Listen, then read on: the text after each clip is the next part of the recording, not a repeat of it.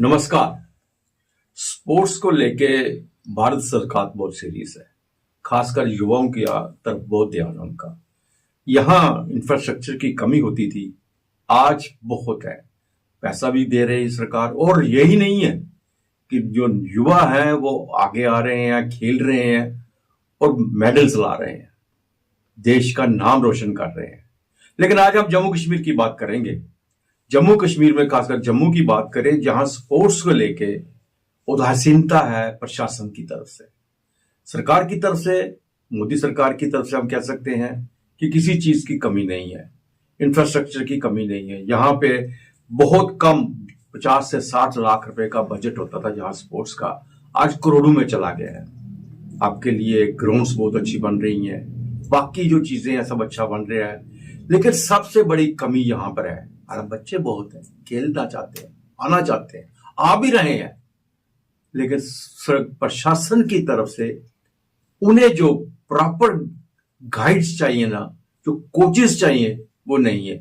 Ground के अंदर आप जाएंगे, आपको कोच नहीं मिलेगा। आपको किसी भी ग्राउंड में चले जाओ, चाहे फुटबॉल की हो, बैडमिंटन की हो, हॉकी की हो, मतलब यहां तो बिल्कुल ही इन्होंने खत्म कर दिया है कि बच्चों को ट्रेनिंग कैसे देनी है। बच्चे अपनी हिम्मत से, अपनी योग्यता से, अपनी मेहनत से वो सब कुछ सीख रहे हैं, कर रहे हैं। और ये नहीं है कि जम्मू कश्मीर का नाम रोशन नहीं कर रहे, जम्मू कश्मीर का नाम रोशन भी कर रहे हैं, हर फील्ड में कर रहे हैं। लेकिन प्रशासन की तरफ से उन्हें सहायता अभी भी नहीं मिल रही है।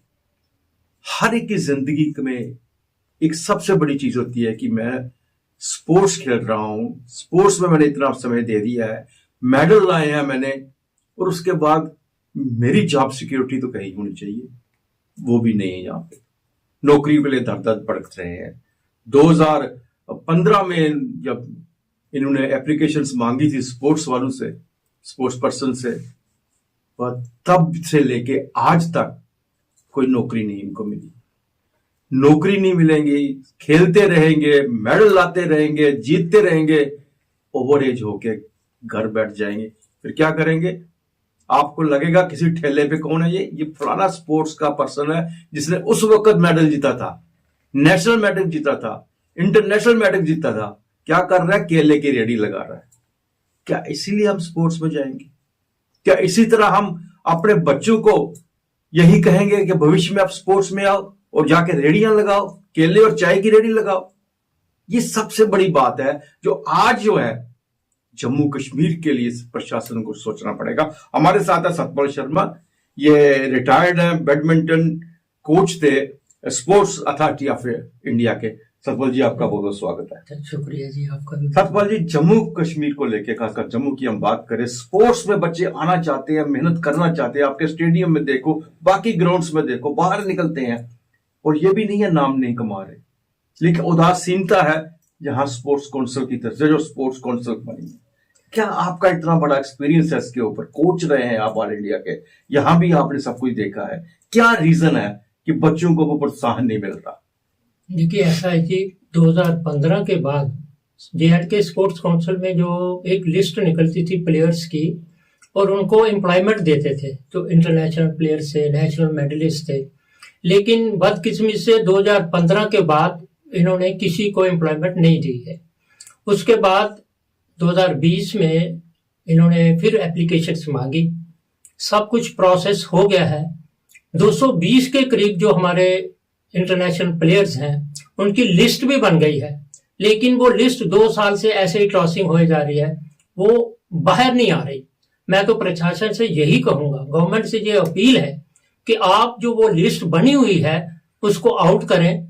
एटलीस्ट हमारे 220 बच्चे जो स्पोर्ट्समैन हैं वो लगेंगे नौकरी में। जब वो नौकरी में लगेंगे, उनको देख के और भी बच्चे जो हैं, जो आ रहे हैं, सपोज अभी 10,000 बच्चा आ रहा है तो वो 20,000 हो जाएगा, क्योंकि उनको लगेगा कि हमें भी कुछ मिलेगा अगर हम स्पोर्ट्स में खेलेंगे। बाकी रही इंफ्रास्ट्रक्चर की बात, मैं जब खेलता था, मुझे याद है कि 2000 उस समय मैंने जब 76 में स्टार्ट किया था खेलना, उस समय हमारे पास 2 इंडोर कॉम्प्लेक्स थे, एक जम्मू में, एक श्रीनगर में। आज की डेट में गवर्नमेंट जब से ये सरकार बनी है, मोदी गवर्नमेंट ने ये दिया है, उन्होंने हर डिस्ट्रिक्ट में एक इंडोर कॉम्प्लेक्स बना दिया है। इस समय हमारे पास 20 इंडोर कॉम्प्लेक्स जो गवर्नमेंट की तरफ से हैं, और भी प्राइवेट भी बन गए हैं, लेकिन जो 20 बने हुए हैं उनके लिए कोचिस नहीं है, मेंटेन नहीं हो रहे हैं प्रॉपरली। तो मैं गवर्नमेंट को ये कहूंगा कि जो हमारे प्लेयर्स बन रहे हैं, इंटरनेशनल मेडलिस्ट हैं, एटलीस्ट उनको असिस्टेंट मैनेजर लगा दीजिए जो स्पोर्ट्स काउंसिल के जो स्टेडिया हैं, तो उनको एम्प्लॉयमेंट तो मिलेगी और हमारा जो रख रखाव है स्टेडियम्स का वो अच्छा होगा। ऐसे जब मैं 2090 की बात करूंगा, उस समय मैंने आरटीआई लगाई थी इनको। उस समय हमारे पास स्पोर्ट्स अथॉरिटी ऑफ इंडिया और स्पोर्ट्स काउंसिल से कम 150 कोच थे। 2090 में जब हमारे पास इंफ्रास्ट्रक्चर कुछ नहीं था, आज की डेट में जहां तक मेरी इंफॉर्मेशन है 300 कुछ प्ले फील्ड और इंडोर कॉम्प्लेक्स है स्पोर्ट्स काउंसिल के पास, और उनमें रख रखाव की दिक्कत है, वहां वो नहीं है। और कोचिस तो इन्होंने 2005 या 10 के बाद तो एक लगाया ही नहीं है। इस समय स्पोर्ट्स काउंसिल के पास हार्डली 15 के 20 कोच रहे हैं, जो रिटायर हो जा रहे हैं, उनकी जगह कोई नहीं लगा रहे हैं। अब क्या इन्होंने कर रखा है, खेलो इंडिया स्कीम बना दिया, वो गवर्नमेंट ऑफ इंडिया की स्कीम है, वो बच्चों को देते हैं, कहीं कहीं वो बच्चों को लगा दिया है, तो वो 4 साल की स्कीम है, 4 साल के बाद गवर्नमेंट ऑफ इंडिया वो बंद कर देगी। वो कंट्रेक्चुअल एक प्लेयर्स को लगाया हुआ है, वो भी क्या है, उन्होंने 2 घंटे रोज का कोचिंग करने जाना है। आज की डेट में अगर आपको इंटरनेशनल प्लेयर बनना है या कोच और मेडल लाने हैं नेशनल में, एक प्लेयर को रोज का 8 घंटे खेलना पड़ेगा। अगर वो रोज का 8 घंटे खेलता है प्रोफेशनली, तभी वो नेशनल में मेडल ला सकता है, अदरवाइज वो पॉसिबल नहीं। सतपाल जी, आपने बताया 300 इन्होंने जो इंफ्रास्ट्रक्चर बनाया, स्टेडियम बनाया, जो इंडोर स्टेडियम और आउटडोर स्टेडियम है, और 15 कोचेस है सारे। हाँ, हार्डली, मतलब मुझे जहां तक मेरा नॉलेज है 15-20 के बीच, 15-20 के बीच। हाँ, बस इससे ज्यादा कोच नहीं है स्पोर्ट्स। मतलब उस बिल्डिंग को क्या वो जाके वहां पे वो अगरबत्ती और धूप जलाने के लिए, हमने बहुत बार सोशल मीडिया में देखा कि गंदगी सब भरे हुए हैं, उनके टॉयलेट्स भरे हुए हैं, उनके हाल भरे हुए हैं। एक बार सोशल मीडिया में किसी ने डाला था सारा ये चीजें। इन चीजों क्या बात, क्या इतना पैसा लगाने के बावजूद भी क्या स्पोर्ट्स काउंसिल की कोई रिस्पॉन्सिबिलिटी नहीं बनती है उनको देखने के लिए? स्पोर्ट्स काउंसिल क्या कारण है, क्या कारण है कि स्पोर्ट्स काउंसिल नहीं है इस वक्त? जिस तरह से एक काउंसिल होती है, जब से यूटी बनी है, वो तो काउंसिल खत्म होगी। अब तो सारी की सारी पावर जो है इनके बाबुओं के पास चले गई है। उसमें स्पोर्ट्स काउंसिल में तो पहले स्पोर्ट्स के भी आदमी लिए जाते थे, स्पोर्ट्स पर्सन लिए जाते थे, वो अपने सुझाव देते थे, वो काम करते थे। अब कुछ भी नहीं है वहां पे।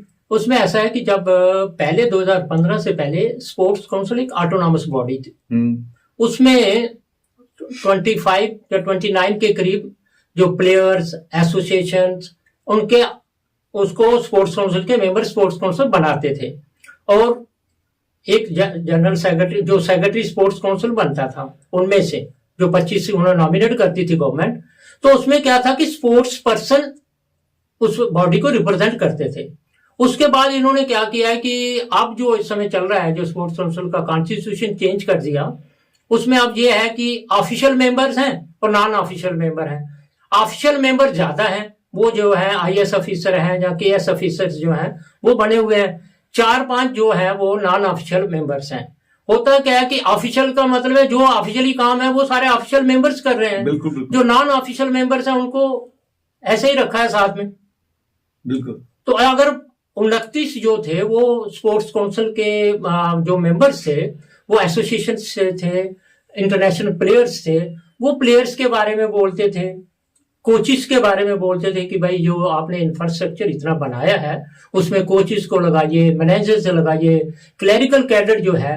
मेरा तो ये है कि अगर स्पोर्ट्स काउंसिल जितने स्टेडियम बने हैं उसमें अगर 4-4 आदमी भी लगाएंगे तो 1000 के करीब एम्प्लॉयमेंट जो है वो इस समय हमारे लोकल्स को मिल सकती है। एक चीज मैं और आपसे जानना चाहूंगा कि ये जो स्पोर्ट्स की एसोसिएशंस बनी हुई है, हर तीसरे दिन कोई ना कोई एसोसिएशन खड़ा होकर वो अपना प्रेस कॉन्फ्रेंस कर रहा है, कोई बातचीत कर रहा है। ये एसोसिएशन स्पोर्ट्स की किस बेस पे बनाई जाती है? इसे कहां से रजिस्टर्ड किया जाता है? उनका रोल क्या होता है? देखिए, एसोसिएशंस क्या है, पहले फेडरेशंस है, फेडरेशन आगे एसोसिएशन, स्टेट एसोसिएशन बनाती हैं।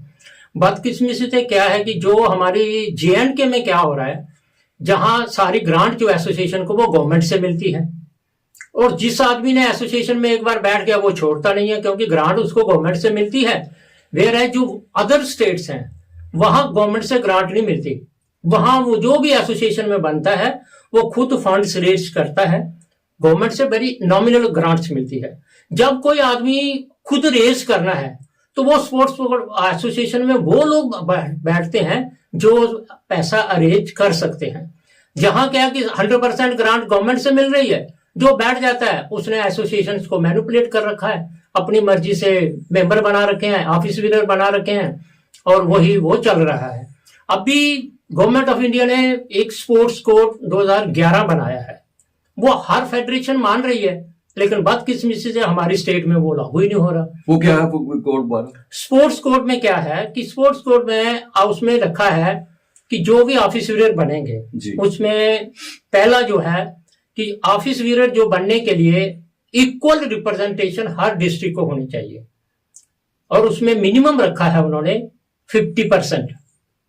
मतलब आज जैसे हमारे पास 20 डिस्ट्रिक्ट हैं तो 10 डिस्ट्रिक्ट उस एसोसिएशन के साथ एफिलिएटेड होने चाहिए, और उसमें इक्वल रिप्रेजेंटेशन। अगर एक डिस्ट्रिक्ट को एक वोट है तो सभी को एक वोट है, अगर 2 हैं तो 2 वोट हैं, 2 से ज्यादा नहीं है। बदकिस्मती से जहां क्या है इन्होंने ऐसे ढंग से बना रखा है, 4-5 डिस्ट्रिक्ट एफिलिएट किए हैं, किसी ने किया ही नहीं है, ऐसे ही लोगों को बना देते हैं, वो अपना बैठते हैं, एसोसिएशन की इलेक्शन कर देते हैं। जो स्पोर्ट्स कोड में दूसरा है 25% स्पोर्ट्स पर्सन को रिप्रेजेंटेशन देनी है इलेक्शन में, वो जहां हो नहीं रहा, और उसमें 10% वीमेन को देना है, जहां ऐसी एसोसिएशन है जिसमें वीमेन तो है ही नहीं। ऐसे ही जो क्रिमिनल बैकग्राउंड का जो होगा वो उसका मेंबर नहीं बन सकता एसोसिएशन।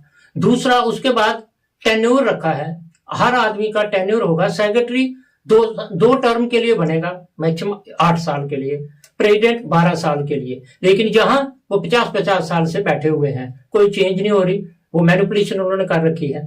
उसके बाद है कि एज है 70 साल के बाद कोई भी आदमी नहीं बन सकता, लेकिन जहां 80-80 साल के लोग बैठे हुए हैं कोई उनको पूछ नहीं रहा।